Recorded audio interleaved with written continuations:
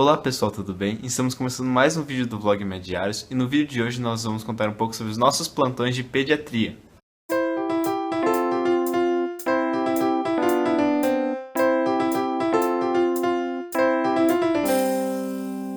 Então, no diário de internato passado, nós tínhamos contado que nós estávamos passando pela enfermaria de pediatria. Então, a gente ficou um mês na enfermaria e agora, nesse segundo mês de estágio da pediatria em geral, a gente está no pronto-socorro. Então, nossa rotina mudou muito em relação ao mês passado. Na enfermaria, a gente tinha que ir todos os dias evoluir os pacientes, passar visita todos os dias e, além disso, tinham as aulas teóricas e alguns plantões que nós tínhamos que fazer lá. Agora, no pronto-socorro, nossa rotina é bem diferente. Nós não temos que ir todos os dias lá para o hospital, mas em compensação nós temos muito mais plantões, muito mais frequentemente. Então, só para vocês terem uma ideia, na enfermaria acho que cada um deu 3 plantões mais ou menos. Agora no pronto-socorro a gente teve que dar 11 ou 12 plantões mais ou menos cada um. E esses plantões, eles são tanto diurnos quanto noturnos, porque a gente teve que dividir o total do mês de plantões entre todo mundo da panela. E daí durante a semana sempre tem que ter 4 pessoas de dia e 2 à noite, e feriados e finais de semana sempre tem que ter 3 pessoas de dia e 2 à noite. Então, fazendo as contas entre todo mundo da panela,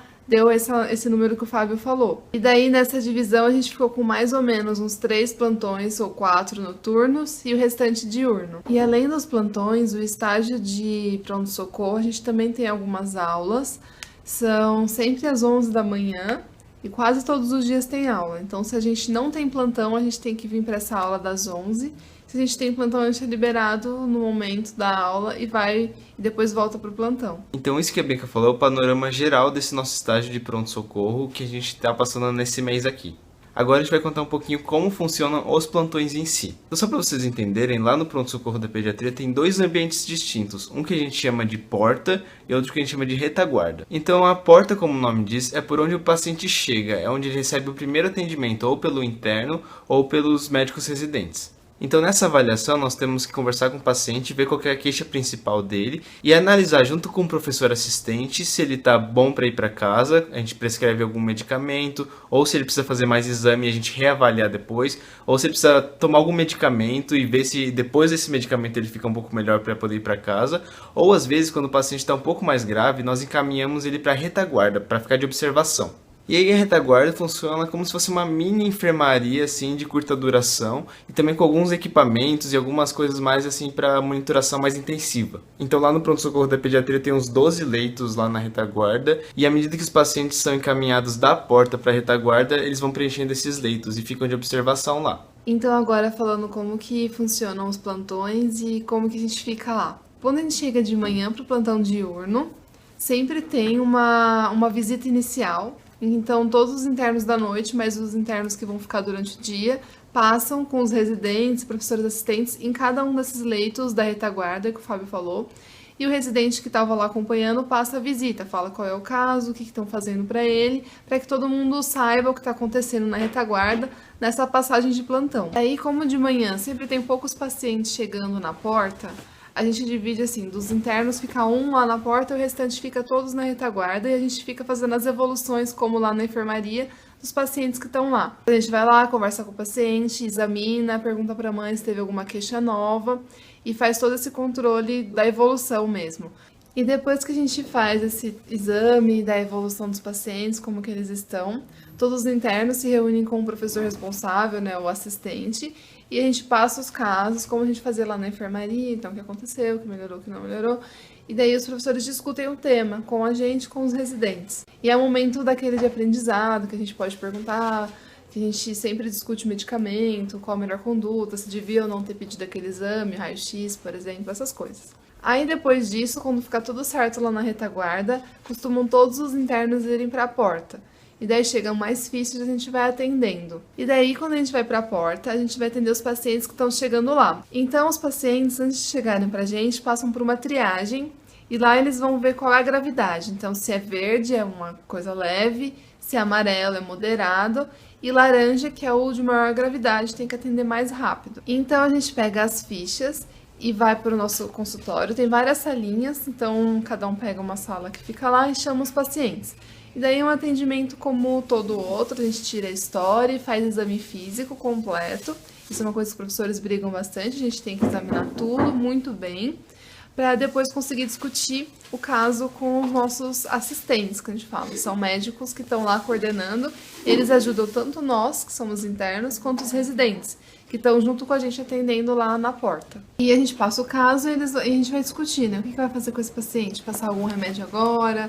Ele tá bem pra ir pra casa e tomar remédio em casa? Ou ele tá meio grave e a gente precisa colocar ele na retaguarda? Como o Fábio já falou lá no começo do vídeo. E isso é uma coisa muito importante, que a gente está num estágio supervisionado, então a gente não pode fazer nada sozinho, a gente tem que estar sempre com alguém nos orientando. Então, esse médico assistente ele é muito fundamental. E basicamente esse é o fluxo, a gente fica atendendo até durante todo o nosso período de plantão. E normalmente quando vai chegando no final do plantão, a gente, se tem alguns casos que a gente mandou fazer uma medicação e tem que reavaliar, e a gente acha que vai acabar o nosso plantão e não vai dar tempo da gente reavaliar, a gente tem que passar o caso para os novos plantonistas, novos internos que vão ficar à noite ou no período depois. Então essa é uma parte importante, toda vez que está trocando de plantão, a gente passar os casos que a gente atendeu que estão esperando para serem reavaliados. Então essa foi uma descrição bem objetiva do que a gente faz no plantão, e agora nós queríamos comentar um pouco das nossas impressões pessoais e dificuldades que nós encontramos ou coisas que nós gostamos também nesse estágio de pediatria. Então, primeiro de tudo, uma das peculiaridades da pediatria é que, obviamente, a gente trata de crianças. E essas crianças muitas vezes são bebezinhas, crianças menorzinhas que não sabem ainda falar, não conseguem se expressar direitinho o que estão sentindo. Então essa é uma parte que deixa um pouco mais difícil a nossa interpretação, a nossa conversa, porque a gente tem que ou confiar no que os pais estão dizendo, e os mesmos pais não sabem certinho se a criança está com dor aonde, às vezes eles só falam que ela está mais irritada, que ela está chorando mais, e isso pode ser ou dor, ou pode ser febre, pode ser qualquer outra coisa que ela esteja sentindo, a gente não vai saber porque a criança não vai saber falar. Então essa é uma das grandes dificuldades da pediatria, que muitos sinais e sintomas são inespecíficos, podem ser várias coisas, e isso é bem desafiador porque a gente vai ter que fazer um exame físico muito bom para tentar interpretar o que a criança está sentindo de fato. E nisso que o Fábio falou, entra muito das dificuldades que eu tenho tido, que, por exemplo, as criancinhas, elas chegam menor de 1 ano, é uma fase bem difícil de atender. Principalmente quando, assim, entre 5 meses e 1 ano, porque eles já estão um pouco mais espertinhos, assim, interagindo mais com o meio ambiente. Então, se eles não gostam de alguma coisa, eles já ficam tirando a sua mão, eles já fazem muitas coisas para atrapalhar o exame físico. Que bebezinho, assim, muito bebezinho não faz tanto. Então, o exame físico é mais complicado. Eu acho que a gente tem que ter muitos recursos e às vezes, assim, as mães têm que colaborar bastante na hora de examinar as crianças. Então, muitas vezes as mães, tipo, elas acham que você está fazendo a consulta, então só você pode fazer as coisas. Então, é bom da gente, assim, eu tenho feito isso ultimamente, falar, mãe, me ajuda a segurar a criança de uma posição, para eu não ficar tendo que segurar a criança e colocar o otoscópio no ouvido dela. Senão, às vezes, você pode até machucar a criança, né? Então, a gente tem que ter essas, sei lá, sacadas pra gente falar pra mãe ajudar a gente a dar uma controlada. Então, às vezes, quando a mãe também deixa a criança chorar demais, a gente fala, não, mãe, conversa com a criança, acalma ele, sabe? Vai falando que tá tudo bem. Porque isso é muito importante. A gente percebe que às vezes a mãe deixa ficar lá parada e a criança chora muito, porque tá assustada, né? E às vezes eu sempre faço isso, porque as crianças choram bastante comigo. Leva no corredor que tem algumas imagens de bichinho, tem uns adesivos colados nas paredes, daí eu falo, mãe, vai mostrando pra criança, a gente vai olhar lá o gatinho, aí a criança se acalma. Aí você consegue examinar, porque se a criança estiver chorando, não dá pra você ouvir o pulmão perfeitamente, não dá pra você contar frequência respiratória, frequência cardíaca. Então, esses são os desafios que eu vejo no exame físico, que me pegam e que toda hora você tem que inventar alguma coisa pra criança se distrair. E outra coisa relacionada ao exame físico é que a gente aprende muito rápido que não dá pra seguir uma ordem específica. Porque quem está na medicina sabe que a gente vai aprendendo o exame físico e começa a padronizar o nosso jeito de fazer o exame físico e segue sempre essa sequência para não deixar passar nada. Então boa parte das pessoas fazem assim, um exame físico geral de sinais vitais, estado geral e depois faz a cabeça aos pés. Então primeiro a cabeça, depois pulmão, coração, depois abdominal, depois membros inferiores, alguma coisa assim, para você não esquecer nada. Na pediatria não vai dar sempre para você seguir uma sequência que você acha que é melhor. Então, a gente tem que ir muito no improviso. Então, se a criança agora tá calminha, aproveita para fazer uma coisa que você precisa muito, tipo, ouvir o pulmão dela, escutar o pulmão. Às vezes a criança vai estar deitadinha, você já aproveita para fazer muita coisa que dá para fazer deitada. Às vezes a criança vai estar no colo da mãe, você faz o que dá para fazer no colo da mãe. E assim você vai ter que ajustar em cada situação. porque realmente é muito difícil você seguir uma sequência lógica sempre. Então é uma coisa que a gente teve que se acostumar, né? Você ir meio que improvisando. E a gente pegou essa parte de pronto-socorro na pediatria no outono. Então a gente está chegando no inverno e as doenças respiratórias estão assim explodindo. Então a gente está vendo muitos pacientes, muitos pacientes, o que tem sido bom. Eu acho, porque quanto maior volume de pacientes a gente vê, a gente consegue assimilar melhor como que aquela doença se apresenta, e a gente vai pegar bem quais são as condutas principais, como que a gente vai tratar as criancinhas, então isso ajuda a gravar, e até pra gente pegar mais experiência. Então, a gente tem visto muitos pacientes, às vezes, tipo, dar plantão à noite é meio difícil pra mim, por exemplo, mas normalmente tem ficado bem movimentado até, sei lá, 1 da manhã, a gente tá fazendo muita coisa. Então, essa parte do movimento ajuda você a ficar acordado, ficar ativo, sempre fazendo alguma coisa ao longo dos plantões, porque às vezes pode ser difícil, depois de um dia tendo aula, tendo alguma outra atividade, você ter que ficar lá a noite inteira. Então, em questão de movimento, a gente tem pego muitas pessoas mesmo, muitas criancinhas. E outro ponto que é uma peculiaridade do pronto-socorro, eu até falei isso em um relato de Snap, aliás, se vocês não seguem no Snapchat, sigam aqui, a gente vai colocar os links aqui embaixo, mas a gente faz bastante relato lá. E eu falei um dia das dificuldades que eu estava sentindo em relação à compreensão que os pacientes têm, que os pais, no caso, né, têm da ordem de ser atendido. Como a gente falou no começo, tem uma triagem, então a gente tem que priorizar os pacientes que chegaram mais graves, porque eles precisam de uma conduta mais imediata, né? Então, nem sempre a ordem de chegada dos pacientes vai ser a ordem de atendimento deles, porque às vezes pode chegar um paciente mais leve e logo depois chegar um paciente que está mais grave que esse primeiro, e a gente vai ter que pegar esse paciente mais grave. Isso às vezes causa algumas situações de desentendimento entre a equipe médica e os pacientes. Muitos pais vêm reclamar com a gente: ah, meu filho já está esperando aqui sei lá quanto tempo, ah, chegaram 2 pessoas depois dele e já foram atendidas e eu ainda estou aqui.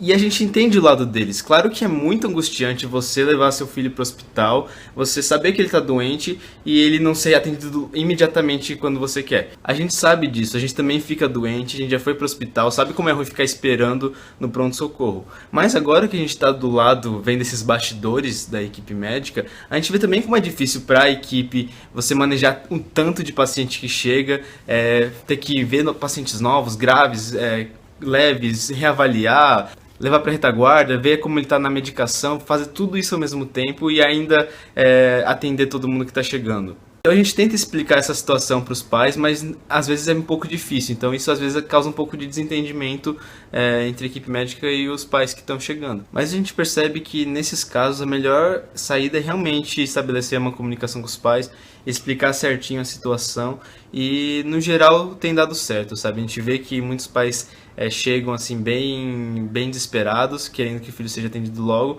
mas depois que a gente explica a situação, que a gente tem menos médicos do que a gente gostaria, menos equipe do que a gente gostaria, eles compreendem, a maioria é bem compreensível. Então é só uma situação bem peculiar do pronto-socorro, que acontece tanto na pediatria quanto em qualquer outro pronto-socorro por aí. Enfim, esses foram alguns pontos que a gente viu nesse último mês, passando pelo pronto-socorro da pediatria. E eu queria finalizar falando que eu gostei demais, tanto da enfermaria quanto do estágio de pronto-socorro. Eu gostei muito de pediatria, foi uma super surpresa. De vez em quando pergunto pra gente, o que mais te surpreendeu no internato? E uma das coisas que surpreendem é assim, às vezes você não gostar de coisas que você achava que ia gostar e você gostar de coisas que você achava que não ia gostar. E pediatria foi uma ótima surpresa no meu caso. Eu achava que eu não ia gostar, não estava esperando muito e no final eu saí amando pediatria. Achei muito legal mesmo, eu me empolguei bastante com o estágio. Bom, eu gostei bastante do estágio, eu achei super organizado dentro das nossas possibilidades lá do HU. E as aulas, a gente aprendeu muito. O PS pra mim tá sendo o melhor momento do estágio todo, porque eu tô vendo muita coisa que eu tenho certeza que eu vou ver nos meus plantões futuros. Então, todo dia que eu vou lá, eu tô muito disposta a aprender e ver os casos. Eu gostei do estágio. Não vou dizer que foi o estágio que eu mais gostei ou que seja a área que eu pretenda seguir, mas eu gostei bastante do aprendizado que eu tive nesse período e foi bom para eu vivenciar e tentar melhorar nas minhas dificuldades também com interação, examinar crianças. Então acho que eu cresci muito. Foram bons 2 meses de estágio. E os babies são os fofos, gente. Sério, muito fofinhos. Cada criancinha fofa que a gente pega. A gente vê uns bebezinhos assim, tipo, eles nem estão conseguindo respirar. Daí você vai examinar eles, eles ficam dando risada, assim, pegando no muito seu fofo. esteto. Daí Muito fofinho. quando é um pouquinho maiorzinho, já quer conversar, falar que entende tudo, falar do próprio sintoma. É muito engraçado, muito E fofo. tem aqueles que querem se auto-auscultar, então a gente tem que fazer essas... Ah, você quer se ouvir? Então vamos lá, você deixa tudo pra tentar ganhar o paciente, né? É. Então foi isso, pessoal. Esperamos que vocês tenham gostado, que tenha dado pra entender um pouquinho de como foi a nossa rotina nesses últimos tempos. E a gente vai continuar gravando esses vídeos de relatos de internato. Nosso próximo estágio, para quem tiver curiosidade de saber, vai ser obstetrícia. Não se esqueçam de se inscrever aqui no nosso canal para receber notificações de novos vídeos. Também tem as nossas redes sociais que estão aqui na tela. Se inscrevam lá, acompanhem a gente. E também tem a nossa caixa postal, caso vocês queiram mandar cartinhas, qualquer outra coisa pra gente. E é isso, pessoal. Beijos pra vocês, até a próxima.